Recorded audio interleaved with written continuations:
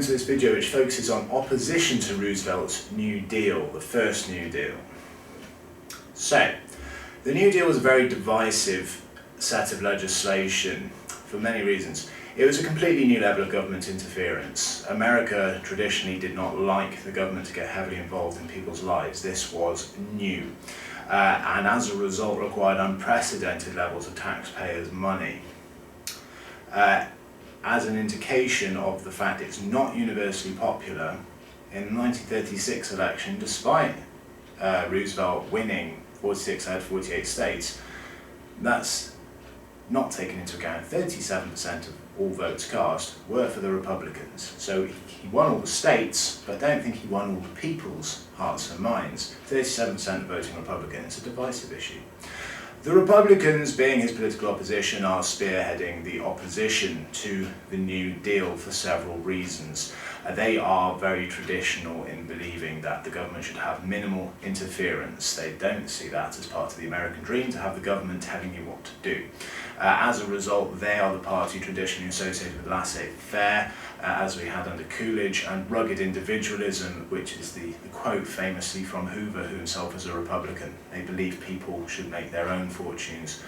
And the New Deal seemed to challenge all of that, and it was also very, very close in their minds to what Stalin was up to in the Soviet Union with his economic planning, that having the government dictate how the economy should work felt communist to a lot of them. Business was similarly unhappy with the New Deal. A lot of them would have had sympathies with what the Republicans were saying. They benefited very much from the laissez-faire of the 1920s, as we know, the Coolidge prosperity. They resented having government telling them what to do through the NRA. Remember, the 20s is a time where business gets to do pretty much what it likes. The NRA are telling them that there's certain conditions for their workers that they have to abide by. There's certain production that they have to make.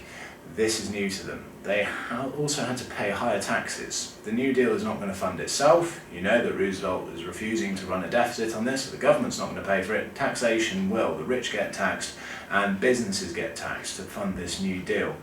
Part of the NRA's interference in business is guaranteeing conditions for workers, things like a minimum wage and union membership, and so trade unions start to grow in power, which you may remember they're very, very weak in the 20s due to laissez-faire government.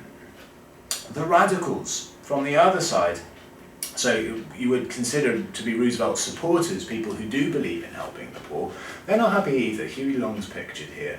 He's a senator of Louisiana, and he didn't think the New Deal went far enough. He was far more extreme. A headline of his policies, though he had many, would be the Share Our Wealth campaign. He wanted to tax the rich, to give every family $5,000, to give everyone equality so they could buy a car, so they could have somewhere to live. He had loads of policies. You should look into some of the others. Another example of a radical that wasn't entirely satisfied with the New Deal is Francis Townsend. He wanted a state pension of $200 a month for the over 60s. He was concerned that the New Deal was focusing solely on men of a working age.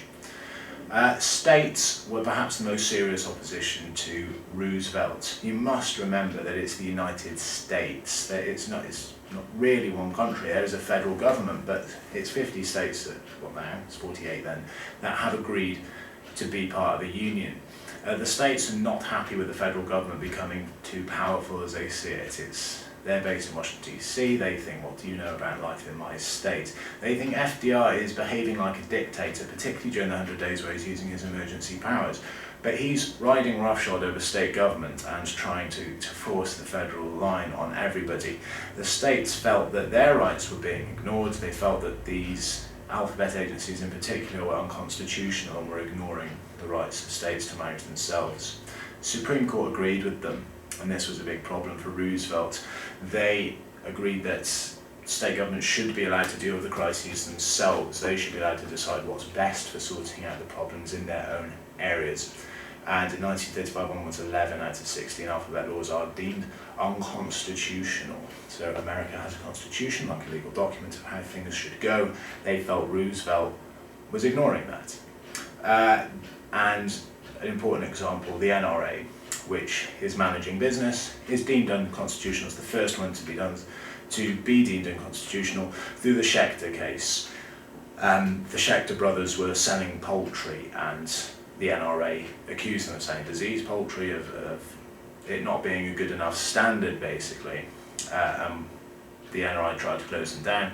Schechter brothers appealed, saying, well, we only sell within one state, so this is a state issue, not a federal issue, and they were deemed successful. That's just how the NRA gets deemed unconstitutional. It's a useful example to be able to deploy, particularly towards the top end of the Mark scheme. So the opposition on the New Deal, remember that the key things are the Republicans, are business, are radicals, and are the states backed up by the Supreme Court. Be anticipating that question in the exam, it is very likely. Thank you for watching.